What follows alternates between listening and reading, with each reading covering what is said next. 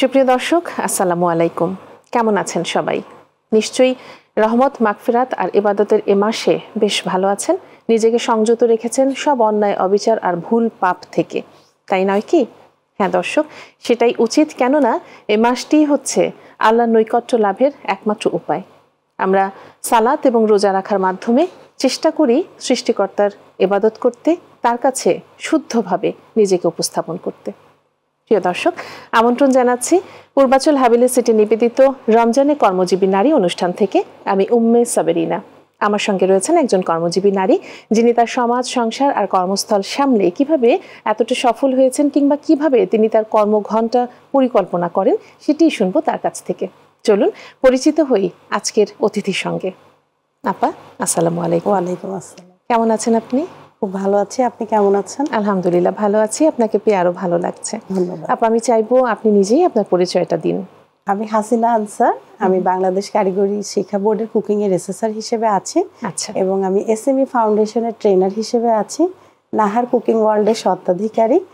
আর আমি রান্নার প্রশিক্ষণ দিচ্ছি মেয়েদের অনলাইন এবং অফলাইনে। এছাড়া বিভিন্ন প্রোগ্রামে সরকারি বেসরকারি ভাবে জাজমেন্টেও যাচ্ছি, মানে শেফ জাজ হিসেবে থাকছি। আমাদের কর্মজীবী বোনেরা নিজেরা একটু সংক্ষিপ্ত আকারে, আজকে আসলে রমজান মাসটা তো একটু ব্যস্ততার মাস, যদিও সিয়াম সাধনার মাস, কিন্তু মেয়েদের বোধহয় স্পেশালি কাজ একটু বেশিই থাকে, সেহরির ব্যাপার রয়েছে, ইফতারের ব্যাপার রয়েছে। তো আপনার দিনটা শুরু হয় কিভাবে মূলত রমজান মাসে? সত্যি কথা বলতে যে আমাদের দেশে যেটা হয়, ম্যাক্সিমাম 85% কাজই নারীরা করছে। যেমন কর্মজীবী যারা হয় তারা যেমন অফিসের কাজটা করছে, আবার কিন্তু কর্মস্থলের কাজ যেমন করছে ঠিক তেমনই বাসায় এসে বাচ্চা সামলানো, পরিবারকে সামলানো, এবং যে ইফতারের বিষয়টা, রাতের খাবার, সেহরি সব নিজের হাতে তৈরি করে, নিজের হাতেই তৈরি করছে। তো মানে দায়িত্বটা একটু বেশি পড়ে যায়, কিন্তু আসলে আমরা যদি সময়কে সেভাবে ম্যানেজ করি, টাইম ম্যানেজমেন্টটা যদি ঠিক রাখি, তাহলে কিন্তু আর এই বিষয়টা হয় না। যেমন আমি যেটা করি আপা, আমি প্রতিদিন, প্রতি সপ্তাহ এবং প্রতি মাসের একটি কিন্তু আমি শিডিউল করে রাখি। মানে এই সময় আমি কি করব। আমার তিনটা হচ্ছে মানে ডায়েরিতে তিনটা বিষয় লেখা থাকে, প্রতিদিনের কাজ, প্রতি সপ্তাহের কাজ এবং প্রতি মাসের কাজ। তো সেই হিসাবে করি, তো আমার খুব একটা ব্রেক পেতে হয় না। আর রমজান মাস মানে সারা বছর কিন্তু আমরা অপেক্ষা করি যে কবে আসবে আমাদের এই রমজান। 11টা মাস কিন্তু আমরা অপেক্ষা করে থাকি এই মাসটার জন্য, কারণ এটা ইবাদত, বন্দেগী এবং আল্লাহর নৈকট্য পাওয়ার একটা বিশাল সুযোগ, এই পন্থা। হ্যাঁ, কিন্তু তাই বলে কিন্তু আমাদের ইসলাম বলেনি যে শুধু ইবাদতের মধ্যেই থাকতে, কারণ কর্মহীনতা কিন্তু পছন্দ করে না ইসলাম। সো আমরা যে দায়িত্বে আছি, আমাদের কর্মস্থলের যে কাজ, আবার বাসায় যে বাচ্চা পরিচালনা করা, তাদের দেখা, এবং তাদের পরিবারের কোন খাবারটা খেলে তাদের স্বাস্থ্য ভালো থাকবে সেটার দিকে নজর রাখা, মানে সবকিছু মিলিয়ে আমাদের কিন্তু ব্যালেন্স করে চলতে হবে। বিশেষ করে আমরা যারা নারীরা আছি, আপনি নিজেও একজন নারী, আপনি, আমি জানি আপনি খুব সুন্দরভাবে সবকিছু পরিচালনা করে আবার এই অনুষ্ঠানও করছেন। তো সবকিছু ব্যালেন্স করার জন্য ওই যে নিজেকে আসলে আগে সুস্থ রাখতে হবে। নিজে সুস্থ না থাকলে কিন্তু আপনার ফ্যামিলিটা সুস্থ থাকবে না। যেমন আমরা কিন্তু রমজানে কি হয়, মানে সারা বছর যে একটা ঘুমানোর বিষয়টা থাকে, মানে সর্বোপরি আমি বলবো ঘুমটা খুব ইম্পর্টেন্ট আমাদের জন্য, সবার জন্য। তো আমরা এক শিডিউলে ঘুমে অনেক সময় অনেক রাত জাগি, কিন্তু অনেকে, কিন্তু রমজানে এই জিনিসটা করা যাবে না, কারণ আমরা সেহরিতে উঠছি। তো আমার মনে হয় যে আমি যেটা করি যে ইফতারের পরে যে একটু সময়টা থাকে নামাজের পরে, তো সেই সময়টা একটু আমরা কিন্তু ঘুমায় নিতেই পারি, এবং তারপরে একটু হাঁটাহাঁটি বা ব্যায়াম করতে পারি। মানে যারা একটু স্বাস্থ্য সচেতন তারা আবার ভাবতে পারে যে এই মাসটা কিভাবে ব্যায়ামের বিষয়টা, অনেকের মধ্যে ভ্রান্ত ধারণাটা থাকে একটু সচেতন। অনেকে দেখা যায় যে জিমে যাচ্ছে কিন্তু রমজান মাসটা যাচ্ছে না, ওইটা মনে করে আমি তো রোজা রাখছি, আমার অনেক পরিশ্রম হচ্ছে, বা এর মাধ্যমেই হয়তো আমি মানে এর মাধ্যমেই হয়তো আমার একটা ডায়েট কন্ট্রোল হয়ে যাবে, যেহেতু আমি অনেকক্ষণ 14-15 ঘন্টা না খেয়ে থাকছি, হাঁটাহাঁটিটা একটু কম করা হয়, ইফতারের পরে রেস্ট নিতে চাই, মানে এই জিনিসগুলো মাথায় চলে আসে, চলে আসে অটোমেটিক। কিন্তু তো সেই বিষয়ে আপনি বলছেন তারপরে একটু হাঁটাহাঁটি বজায় রাখতে হবে, একটু রাখতে হবে হাঁটাহাঁটি। আর যদি আপনি অফিসে থাকেন, নামাজের পরে যে ব্রেকটা হয় তখনও কিন্তু একটু আপনি হাঁটাহাঁটিটা করতে পারেন। এরপরে যে আমরা ইফতারটা যে করব, ইফতারটা আসলে খুব বেশি হেভি কিন্তু করলে আপনার রাতের খাবারটা তখন খাওয়া যায় না। মানে সারাদিন মানুষের একটা ধারণা যে আমি সারাদিন কিছু খাইনি, এখন ইফতারে আমি খেলে বুঝি পর্যাপ্ত পুষ্টিটা পাবো, কিন্তু আসলে সেটা না। প্রথমে যেমন ঘুমের বিষয়টা আমি বললাম যে ইফতারের পরে কিছুটা সময় পাওয়া যাবে, এবং রাতে যে খাবারটা খাবো তারাবির পরে, তারাবির পরপরই খাবারটা খাওয়া উচিত, রাতের খাবার, এবং খেয়ে আমার মনে হয় 11টার মধ্যে যদি আমরা ঘুমিয়ে পড়ি তাহলে কিন্তু আমরা সেহরিতে সুন্দর মতো উঠতে পারছি, 4 ঘন্টা সুন্দর একটা ঘুম কিন্তু আমাদের হয়ে যায়, এবং তার পরবর্তীতে আমরা সকালে আমরা আমাদের কর্মক্ষেত্রে চলে গেলাম। এবং খাবার বিষয়টা যেটা সর্বপ্রথম আমি বলবো যে আমাদেরকে হাইড্রেট রাখতে হবে, কারণ এই সময় কিন্তু আমরা পানিটা কম খাচ্ছি, সারাদিন কিন্তু পানি খাওয়া হচ্ছে না। তো আমার যেটা মনে হয় আপা, আমি যেটা করি মানে ইফতারিতে 2 গ্লাস এবং রাতে হয়তো 2 গ্লাস, মানে ইফতারি থেকে সেহরি পর্যন্ত আরো 2 গ্লাস পানি খাওয়া উচিত, এবং সেহরিতে 2 গ্লাস, মানে মোটামুটি 8 গ্লাস পানি খেলে কিন্তু এর মধ্যে হয়ে যায়। তো এর থেকে বেশি খাওয়াটাও কিন্তু আবার ভালো না, হজমের একটা ব্যাপার আছে, আর একবারে বেশি পানি খেয়ে নেওয়াটাও কিন্তু শরীরের জন্য ক্ষতিকর। ইফতারিতে আসলে আদর্শ খাবার কি? হ্যাঁ, আসলে প্রথমেই আমি যেটা বলবো, মানে রমজান তো একটা স্পেশাল মাস আমাদের জন্য, সারা বছর অপেক্ষায় থাকি, তো রমজানের যে ডায়েট চার্টটা আগে আমাদের কিন্তু করে নিতে হবে, চাইলে আমরা একজন পুষ্টিবিদের পরামর্শ নিতে পারি। হ্যাঁ, আর তাছাড়াও যেগুলো আমাদের নলেজে আছে সেগুলো অ্যাপ্লাই করতে পারি। একটা হচ্ছে ডায়েট চার্ট, যেই খাবারটা মেনুতে এমন থাকবে যেন আমরা পরিপূর্ণ পুষ্টিটা পাচ্ছি। হ্যাঁ, পুষ্টিকর খাবার যেগুলো খেলে, অনেক বেশি খাবার না, কিন্তু যেই খাবারই আমরা খাবো যেন সঠিক পুষ্টিটা পাই।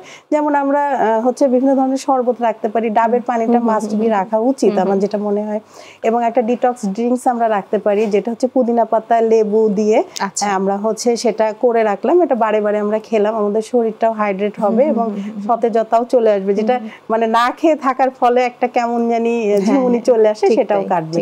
এবং বিভিন্ন ধরনের ফল রাখতে পারি, ফলের কাস্টার্ড রাখতে পারি ইফতারিতে, এবং মানে যেহেতু তেল একটু কম খেতে চাই, তো আমরা চাইলে কিন্তু ভাপে মানে স্টিমে কিন্তু কাবাবও তৈরি করতে পারি, চিকেন কাবাব থাকতে পারে। আচ্ছা, এই বিষয়টা আমি শুনবো। স্টিম খাবারটা হয় কি, যে ওই যে আপনি বললেন যে বেগুনি পেঁয়াজু কিন্তু অটোমেটিক চলে আসে টেবিলে, তো আমাদের কিছু স্টিম খাবারও রাখতে হবে, অথবা সতে ভেজিটেবল কিন্তু পাশাপাশি রাখা উচিত।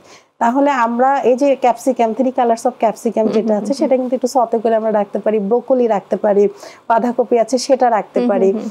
এ সতে করব কিভাবে, আমরা অল্প হচ্ছে আপনার অলিভ অয়েল ইউজ করতে পারি, বাটার ইউজ করতে পারি, 1 পিঞ্চ অফ আপনার সল্ট, পেপার আর সুগার দিয়ে আমরা সুন্দর মতো কিন্তু একটা সতে ভেজিটেবল তৈরি করতেই পারি, এটা ইফতারিতে থাকলে। এবং বিভিন্ন ধরনের ফ্রুট দিয়ে একটা কাস্টার্ড করলাম, অথবা সালাদ, ফ্রুট সালাদও তো আমরা খেতে পারি। আবার হচ্ছে এই যে স্টিম যে কাবাব, এটা আমরা চিকেন যেহেতু সবাই পছন্দ করে, ছোট মাঝারি বড়, এবং যারা ডায়েটে আছেন তাদের কিন্তু রেগুলার চার্টে চিকেনটা থাকে, চিকেনের স্টিম কাবাব আমরা করতে পারি। কাবাবের সব মশলা দিয়েই যতটুকু অয়েল দরকার, হয়তো 1 টেবিল চামচ অয়েল দিলাম, কারণ শরীরে আবার একদম অয়েল না থাকলেও তো সেটা প্রবলেম, তো অল্প পরিমিত পরিমাণে, এবং কাবাবের সমস্ত মশলা দিয়ে আমরা কিন্তু স্টিমে সেটা করতে পারি। খুব বেশি সময় লাগবে না, 15 থেকে 20 মিনিটের মধ্যে কিন্তু জাস্ট ভাজার জায়গায় আমরা স্টিমটা করলাম। হ্যাঁ, এরপরে তো এরকম তো থাকলে একটা ডেজার্ট, ওই যেটা বললাম কাস্টার্ড থাকতে পারে, ফ্রুট কাস্টার্ড, অথবা হেলদি কোনো ডেজার্ট থাকতে পারে। আর পানীয় তো থাকছেই আমাদের, বিভিন্ন ধরনের ফলের রস আর ডাবের পানি মাস্ট বি থাকবে। চাইলে কিন্তু যদি বেশি খারাপ লাগে স্যালাইনের পানিটাও আমরা রাখতে পারি, একটু উইকনেস মনে হলে।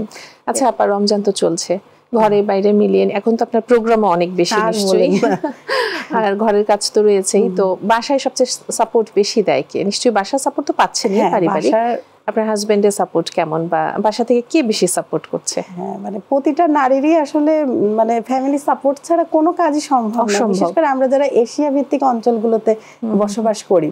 তো সাপোর্টের বিষয়ে আমার হাজবেন্ড রান্নার বিষয়ে সাপোর্ট করছে না, কিন্তু আমার অন্যান্য বিষয়গুলো যেমন বাজার করাটা কিন্তু একটা অনেক ইম্পর্টেন্ট পার্ট, অবশ্যই একটা সময়েরও ব্যাপার, বিষয়টা উনি হ্যান্ডেল করে, ওটা আমাকে দিচ্ছে না, কারণ আমার উপর বেশি প্রেসার পড়ে যাবে। এবং উনি দেখলাম এবার যে রমজানে উনার চেঞ্জটা, উনি স্টিম খাবার, হেলদি খাবারের দিকে ঝুঁকে পড়েছে। মানে আগে যে খুব বেশি ভাজা পোড়া, যেমন আমি হচ্ছে গতকাল করেছিলাম হালিমের সাথে কিন্তু আমরা হালকা খাবার রাতে খেয়েছি, কারণ হালিমটা একটু ভারী।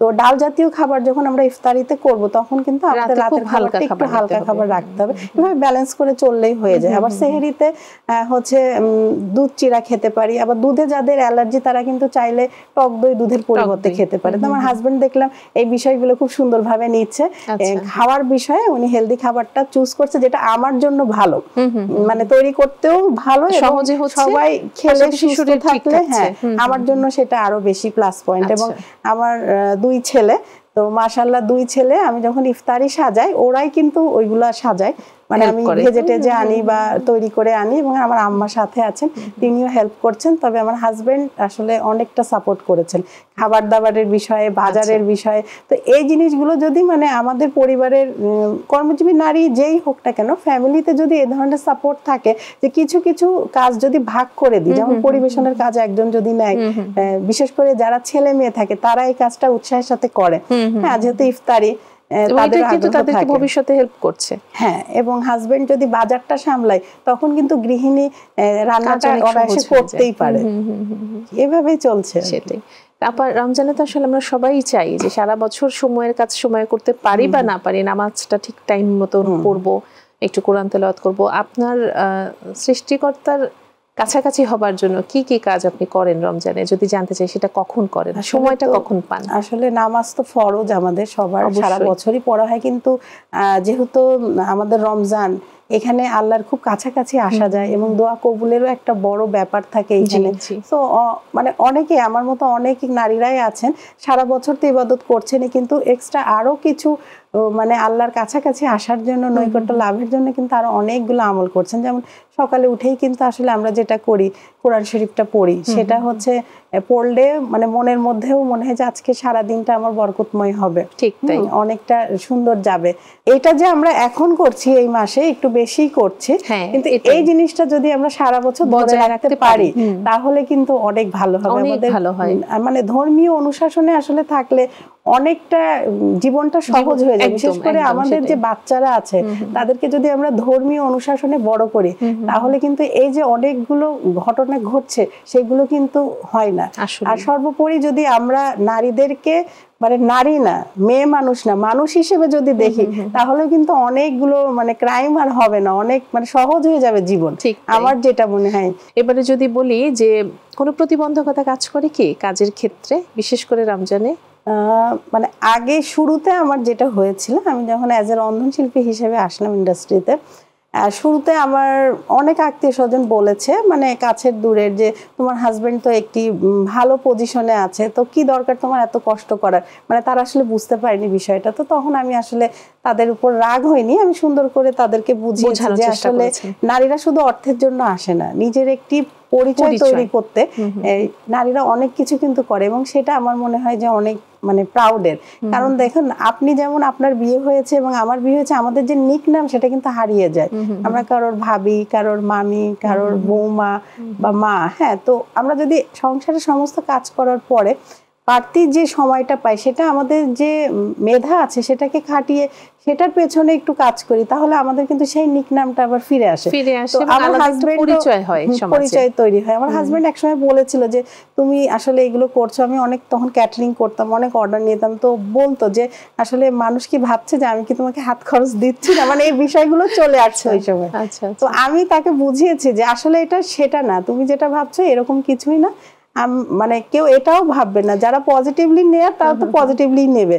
এটা তো আমরা যে কাজটা শিখেছি সেই কাজটাকে আরো সুন্দর করার জন্য, আরো অভিজ্ঞতা অর্জন করার জন্য কিন্তু আমরা এগুলো করছি। এবং এই বিষয়ে আসলে আমার মনে হয় সফলতা লাভ না করা পর্যন্ত পুরোপুরি বোঝানো যায় না যে কেন আমি কাজটা করছি। যখন আপনি 100% সফল, শুধুমাত্র তখনই পরিবারের লোকজন হয়তো বোঝে যে কেন সে শুরুতে আসলে অনেক বেশি প্রতিবন্ধকতা আসে, তখন কিন্তু আমাদেরকে মানে মেন্টালি একদম স্টিক থেকে আমরা যে লক্ষ্যটা নিয়েছি সেই লক্ষ্যতেই কিন্তু সরা যাবে না। হ্যাঁ, অ্যাজ এ রন্ধনশিল্পী হিসেবে আমি ভেবেছি যে হ্যাঁ আমি এই কাজটা করবো, আমি কিন্তু সরিনি, আমি তাকে বুঝিয়েছি এবং সে এখন কিন্তু নিজেই প্রাউড ফিল করছে। এই যে আমি টিভিতে বিভিন্ন রান্নার প্রোগ্রামগুলো করছি, পুষ্টিকর স্বাস্থ্যকর খাবার, এবং আমার সম্পাদনায় বাংলাদেশের ঐতিহ্যবাহী রান্না 100 রেসিপি বই বের হয়েছে, এবার 6ষ্ঠ খণ্ডটা বের হলো। তো এই বিষয়গুলোতে সে ভীষণ হ্যাপি। আর ওই সময় যদি আমি তার কথা বা আমার সাইড টক গুলো শুনে আমি থেমে যেতাম, তাহলে কিন্তু আজ আমি এই জায়গাটা দাঁড়াতে পারতাম না, আপনার এখানে আমি মানে বসার মতো যোগ্যতা আমার থাকতো না। তো এই জন্য আগে আমাদেরকে লক্ষ্যটা স্থির করতে হবে, এবং লক্ষ্যটা অবশ্যই হতে হবে মানে সময় উপযোগী এবং সৎ, যেটা মানে করলে আপনার ভালোটাই হবে। এবং আমার মনে হয় যে এই বিষয়ে একজন যদি পরামর্শক থাকে তাহলে খুবই ভালো হয়। অনুষ্ঠানের একদম শেষ প্রান্তে আমরা যদি দর্শকদের, অর্থাৎ আমার নারী দর্শকদের উদ্দেশ্যে আপনি যদি কিছু বলতে চান, যারা কর্মজীবী নারী রয়েছেন। আপা, প্রথমে তো আপনাকে অসংখ্য ধন্যবাদ, এত সুন্দর একটি প্রোগ্রামে আমাকে ইনভাইট করেছেন, এবং মাই টিভিকে অবশ্যই ধন্যবাদ, এত সুন্দর প্রোগ্রামের অ্যারেঞ্জ করেছেন। এবং দর্শক আপনারা যারা এতক্ষণ আমাদের সাথে ছিলেন, আমাদের এই প্রোগ্রাম দেখেছেন, আপনাদেরকেও ধন্যবাদ। অনেক ধন্যবাদ আপা আমাদের অনুষ্ঠানে আসবার জন্য। নিশ্চয়ই আবার কোনো অনুষ্ঠানে দেখা হবে।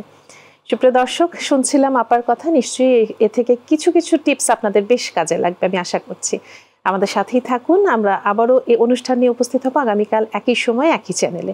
সে পর্যন্ত আপনারা সবাই সুস্থ থাকুন, সুন্দর থাকুন, আর মাই টিভির সঙ্গে থাকুন। বিদায় নিচ্ছি আমি উম্মে সাবেরিনা। আল্লাহ হাফেজ।